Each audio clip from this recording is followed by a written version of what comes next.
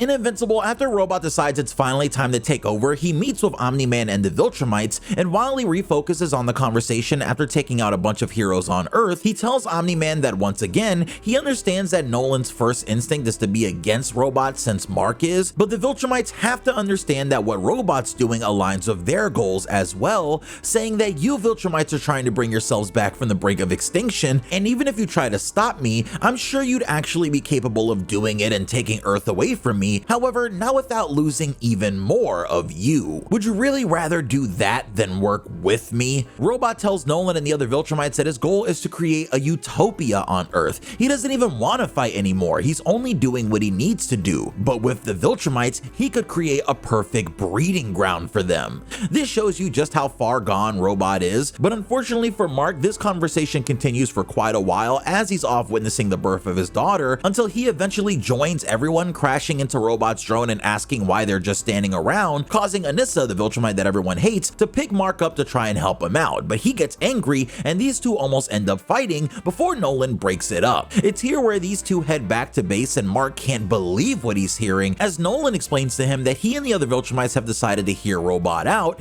and they actually like what he has to say. Nolan says that as an emperor, he has to take responsibility for what his people need, and right now, Robot is actually right that it would be a huge undertaking to try and get rid of him, because not only has Robot replaced Cecil as the head of the GDA, but all over the world he's met with government leaders in order to basically expand the agency and get rid of anyone that can try to control or oppose them. It sounds bleak, but it really is bringing about peace on Earth, and at the end of the day, isn't that what everyone wants? Everyone else reacts, with Debbie saying that everyone she loves is alive right now and anything that keeps it that way gets her vote. As on the other side, Adam Eve says that she's known Rex longer than all of them, and he's definitely lost his mind, causing Mark to lash out at Nolan, saying that if the Viltrumites won't stop Robot, then he will. As Eve basically says, "Go get him, Tiger," and Mark flies out to fly back to Earth, but back on the surface, things are moving fast.